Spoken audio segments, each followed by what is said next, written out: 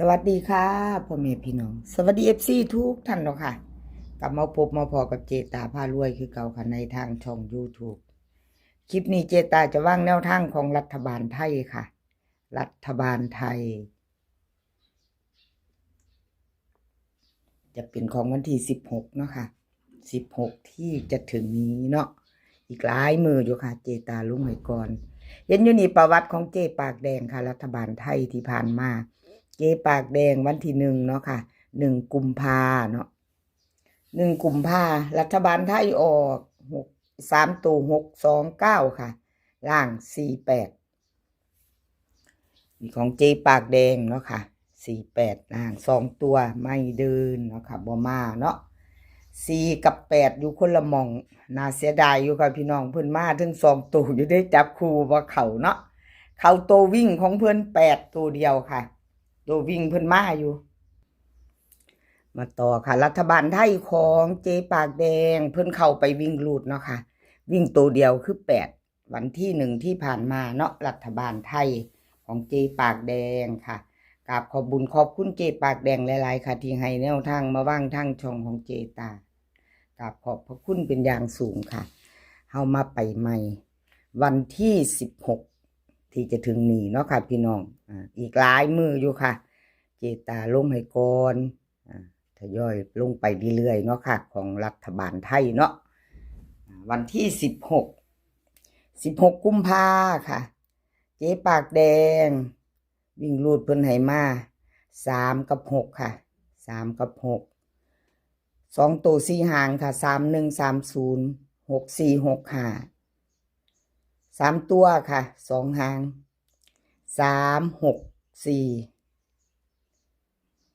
631 2หางค่ะ3ตัววิ่งลูดเพิ่นเด่นทอกันเด้อค่ะของเจปากแดง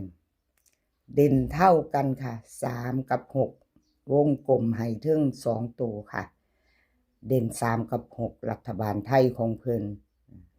จับตามอง FC ของเจปากแดงเนาะค่ะรัฐบาลไทยเพิ่นเน้นให้2ตัว2หางค่ะ31กับ64 3ตัวเน้นหางเดียวค่ะ631วงกลมให้3ตัวของเจปากแดงเนาะค่ะไปพิจารณากันพี่น้องหยิบจับลอตเตอรี่มีเวลาหลายมือเนาะค่ะหยิบจับลอตเตอรี่กันไว้ถ้าชอบก็จัดค่ะขัดก็ผ่านเนาะมีเวลาหลายมือรัฐบาลไทยเลขทุกตัวเอามาวางเพื่อเป็นแนวทางโปรดใช้วิจารณญาณในการรับชมเป็นอย่างสูงค่ะ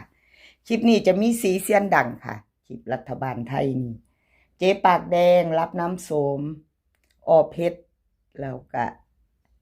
เลขล็อกหนองบัวค่ะล็อกหนองบัวอ่านซื้อไปแล้วมีผู้ใดอยู่ในใจรับชมรับฟังไปน้ำกันเนาะค่ะแล้วก็เตรียมแคปหน้าจอไว้ไปลุ้นกันใหม่เนาะค่ะวันที่16เอาไปต่อค่ะไปต่อเป็นของเลขรับน้ำโสมรับน้ำโสมวันที่1ที่ผ่านมาค่ะรัฐบาลไทยของเพิ่นหลุดไปเนาะกับขอโทษขออภัย FC แทนเลขรับน้ำโสมค่ะที่แนวทางเพิ่นหลุดไปบ่เข้าเนาะรัฐบาลไทยออก629ค่ะ3ตัวบนเพิ่นเข้าไปวิ่งลูดอยู่ตัวพี่น้องเข้าไปต่อค่ะเลขรับน้ำโสมเพิ่นเข้าไปวิ่งลูดเนาะค่ะวิ่งเพิ่นเข้าไป2บน2ตัวบนเนาะค่ะวิ่งลูดเข้าไป629เนาะค่ะ3ตัวบน48ล่างค่ะของเพิ่นเข้าไปตะวิ่งลูดกับขอโทษขออภัย FC ค่ะเลขรับน้ำโสมเพิ่นเข้าไป2ตัวบนเนาะค่ะเจตาขอโทษขออภัยหลายๆวิ่งเพิ่นเข้าไป2ตัวเดียวเนาะค่ะเพิ่นเข้าอยู่ค่ะเพิ่นมาอยู่เลขรับน้ำโสมค่ะรัฐบาลไทยวันที่1ที่ผ่านมาเนาะค่ะวันที่1ที่ผ่านมาเพิ่นเข้าไป29ค่ะ29กับขอบคุญขอบคุณเลขรับน้ำโสมค่ะที่ให้แนวทางมาวางทางช่องของเจตาพารวยเนาะค่ะกับขอบพระคุณเป็นอย่างสูงเอามาไปต่อไปใหม่วันที่16กับเลขรับน้ำโสมค่ะวันที่16กุมภาที่จะถึงนี้เนาะค่ะ ยังอีกหลายมืออยู่ค่ะพี่น้องมีเวลาหลายมือเนาะเอาไปเบิ่งลอตเตอรี่ไว้แคปหน้าจอไว้กับไปซ่อมๆเบิ่งของเพิ่นเข้าอยู่ค่ะเลขรับน้ำส้มเอาแคปหน้าจอไว้ไปพิจารณาเนาะค่ะชอบก็จัดขัดก็ผ่านเนาะรัฐบาลไทยค่ะวิ่งรูดเพิ่นให้มา7กับ0 2ตัว4หาง7 4 7 5 0 3 0 4 3ตัว3หางค่ะ704 07 074ต่อค่ะเลขรับน้ำส้ม3ตัว3หางค่ะ703 7074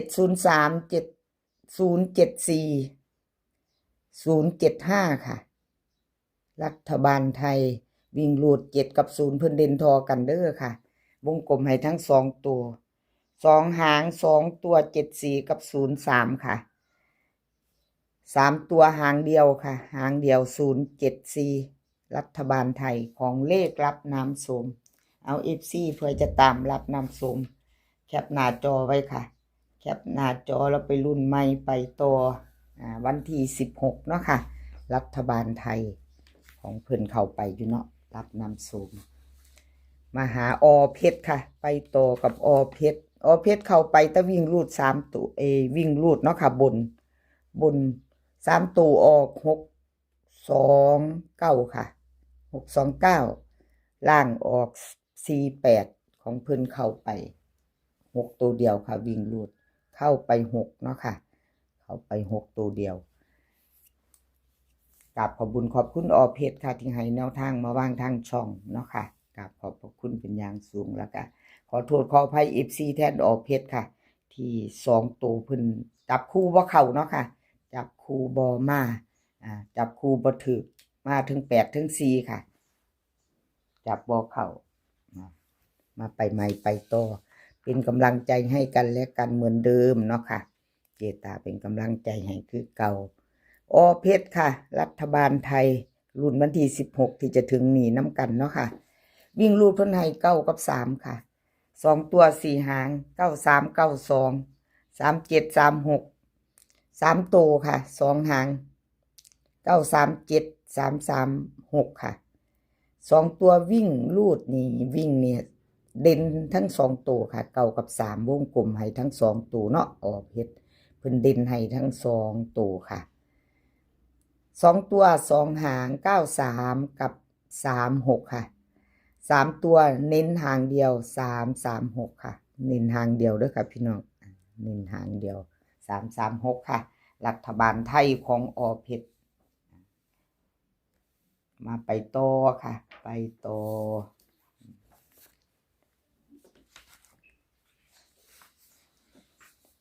กับเลขล็อกหนองบัวค่ะวิ่งรูดเพิ่นก็เดินหมดทุกคนอยู่เนาะพี่น้องเนาะทั้ง4เซียนดังมาวิ่งทุกคนเลยทุกเซียนเลยเนาะค่ะจับตามองค่ะพี่น้องก็ยังถือว่าเดินแน่อยู่เนาะ2ตัวมา1ตัวเนาะพี่น้อง4เซียนดังรัฐบาลไทยค่ะ10วันที่1ที่ผ่านมา629 48รัฐบาลไทยออกวิ่งของล็อกหนองบัวก็เข้าไป4ตัวเดียวเนาะค่ะ2ตัวมา1ตัวเนาะวิ่งก็ยังเดินอยู่ค่ะยังมาอยู่เนาะวันที่16มาใหม่แล้วค่ะพี่น้องกราบขอโทษขออภัย2ตัวเพิ่นจับคู่บ่เข้าเนาะค่ะบ่มีมาเนาะไม่เดินขออภัยแทนเลขล็อกหนองบัวค่ะเป็นแนวทางรัฐบาลไทยของเพิ่นนี่เพิ่นให้มาแล้วค่ะเลขล็อกหนองบัววิ่งรูดค่ะ8กับ3 2ตัว4หาง84 83 36 35 3ตัว3หางค่ะ836 384 835ค่ะวิ่งรูดเพิ่นเด่นทอกันค่ะ8กับ3วงกลมให้ทั้ง2ตัวเด่นเท่ากัน2หาง2ตัวค่ะ84กับ83 3ตัวเน้นหางเดียวค่ะ3ตัวเน้นหางเดียว384ค่ะเอาแคปหน้าจอค่ะใครจะไปต่อกับเลขล็อกหนองบัว กับขอบบุญขอบคุณเรียกล็อกน้องบัวค่ะที่ให้แนวทางมาวางทางช่องของเจตาผ้ารวยเนาะค่ะให้ด้วยดีเสมอมาเนาะค่ะกับขอบพระคุณเป็นอย่างสูงFC บ่จะเป็น FC ใหม่ FC เก่าเนาะค่ะที่เขามารับชมรับฟังให้กำลังใจเจตากับขอบพระคุณหลายๆค่ะรัฐบาลไทยค่ะแคปหน้าจอแล้วก็ขอให้พี่น้องโชคดีกับวันที่16เนาะค่ะกับรัฐบาลไทยคลิปนี้ให้โชคดีกันทุกคนขอให้สุขภาพร่างกายแข็งแรงมีความสุขกันสุขภาพย่อมมาก่อนเนาะค่ะเดินทางไปไสก็ขอให้ปลอดภัยค่ะเดินทางไปขอให้มีโชคกลับมาขอให้มีชัยคลิปหน้าพอกันใหม่ค่ะคลิปนี้ก็สวัสดีค่ะ